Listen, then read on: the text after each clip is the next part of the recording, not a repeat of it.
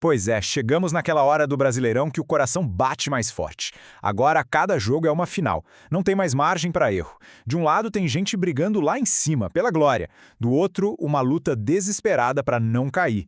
E é por isso que hoje a gente vai mergulhar fundo nesses jogos, os mais tensos do ano, para entender o que os números e principalmente as emoções estão dizendo pra gente. Então, o que a gente preparou hoje? Olha só, são 4 jogos que são verdadeiras partidas de xadrez. Primeiro, a gente vai ver Juventude e Cruzeiro, o puro desespero contra a eficiência. Depois, vamos falar de Bahia e Fortaleza, e o perigo que se esconde por trás de um favoritismo. Aí vem o clássico Corinthians e São Paulo, que é sempre uma caixinha de surpresas.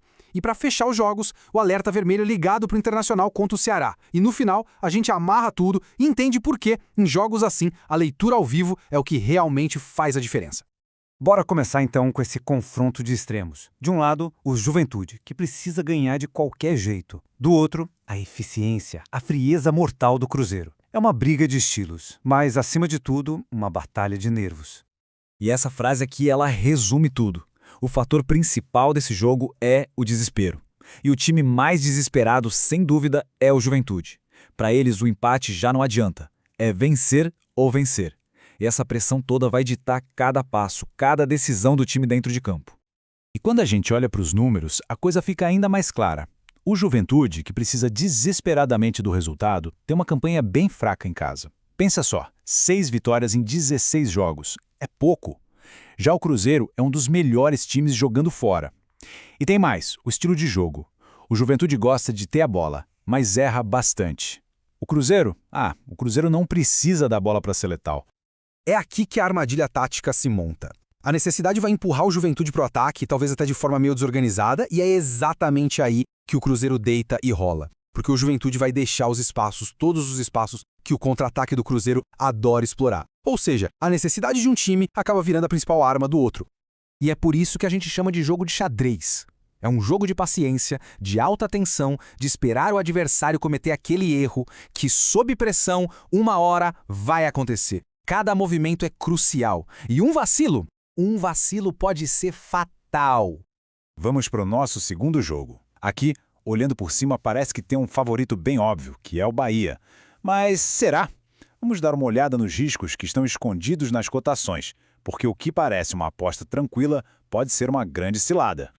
Olha só, a cotação para a vitória do Bahia está em 1,50. Para quem não está familiarizado, isso significa que o mercado vê o Bahia como muito, mas muito favorito. A percepção geral é que a vantagem deles é enorme.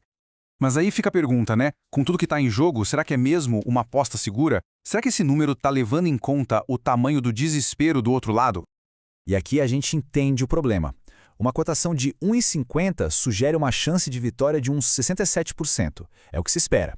Só que, na realidade, o histórico mostra que o Bahia, com essa mesma cotação, só vence em 57% das vezes. Tem um buraco aí de 10% entre expectativa e o que realmente acontece.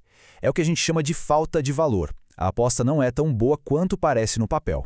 E para entender o lado do Fortaleza, esse ditado popular é perfeito. Para quem está se afogando, jacaré é toco. O que isso quer dizer? Que no desespero, qualquer coisinha vira uma tábua de salvação. O Fortaleza está exatamente nessa situação. O time vai se agarrar em qualquer chance, em qualquer bola para sobreviver. E isso torna o time muito mais perigoso do que os números podem sugerir. E a prova disso está nos jogos recentes. O Fortaleza não venceu, é verdade, mas também não perdeu. Eles foram buscar empates que pareciam impossíveis contra times como Grêmio e Atlético Mineiro. Mostraram uma garra, uma vontade impressionante. São esses pontinhos, conquistados na raça, que ainda mantêm o time respirando no campeonato. Agora, vamos de clássico. E não é um clássico qualquer. Esse Corinthians e São Paulo é daqueles em que a rivalidade de sempre se mistura com uma briga muito atual e importante, uma vaga na Libertadores. O peso desse jogo é gigantesco. E se a gente olhar o histórico recente, tem um domínio claro do São Paulo. A última vez que o Corinthians ganhou foi lá em 2023. De lá para cá, o São Paulo não perdeu mais e vem de 3 vitórias seguidas no clássico. O momento, sem dúvida, é tricolor. Aí sempre tem quem diga, mas o Corinthians em casa é muito forte. E é verdade, os números em casa são bons. Só que tem um detalhe importante. Aquele famoso tabu do São Paulo não ganhar na arena do Corinthians já caiu. O São Paulo já foi lá e venceu. Então aquela barreira psicológica que antes era enorme, hoje já não pesa tanto. Por causa de tudo isso, a conclusão é bem direta. Esse é um jogo para se analisar 100% ao vivo. Clássico é diferente. A carga emocional, a rivalidade, a tensão, tudo isso pesa mais do que qualquer número, qualquer estatística diante do jogo. O melhor a fazer é sentar, assistir e reagir ao que o jogo apresenta.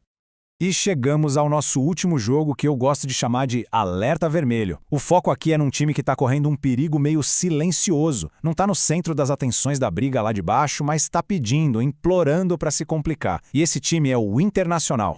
Gente, os números do Internacional fora de casa são de deixar qualquer um de cabelo em pé. Apenas 2 vitórias na temporada inteira jogando como visitante. Perdeu os últimos 4 jogos fora. E o mais chocante, sofreu gol em 94% dos jogos fora de casa. Isso não é uma fase ruim, isso é um colapso completo. E o problema do Inter tem nome e sobrenome: segundo tempo. No primeiro tempo, o time até se segura, joga de igual para igual. Mas depois do intervalo, o desempenho desaba. O time parece que desliga. A taxa de vitórias cai lá para baixo e o time sofre quase 3 vezes mais gols do que marca. É um padrão muito claro. E isso é um prato cheio para o Ceará, que é um time que costuma melhorar na segunda etapa. E essa comparação aqui deixa tudo bem visual. De um lado, o Ceará jogando em casa. É um time mais sólido, se defende melhor, marca seus gols. Do outro, o Inter fora, uma defesa muito frágil e um ataque que não funciona. No contexto específico desse jogo, a vantagem estatística é toda do Ceará. E tudo isso que a gente viu nos leva à grande conclusão. Nesses jogos tão tensos, tão amarrados, a análise que a gente faz antes do apito inicial tem um limite. A verdadeira chave do sucesso é saber ler o jogo enquanto ele está acontecendo. O ponto que conecta todas essas análises é que esses 4 jogos são amarrados. São partidas onde a motivação, o desespero, o peso do momento, tudo isso pode, e muitas vezes vai, passar por cima dos números frios. Nenhum time que é favorito vai ter vida fácil aqui. Então, qual é a melhor forma de abordar esses jogos? É um processo. Primeiro, a gente analisa o contexto, como fizemos agora. Segundo, com a bola rolando, a gente observa o comportamento dos times em campo. Terceiro, a gente identifica as oportunidades que o jogo ao vivo nos dá. E por fim, a gente toma as decisões com base no que o jogo está mostrando ali, na hora, e não só no que os números diziam antes. E para fechar, fica uma pergunta que resume toda a nossa conversa.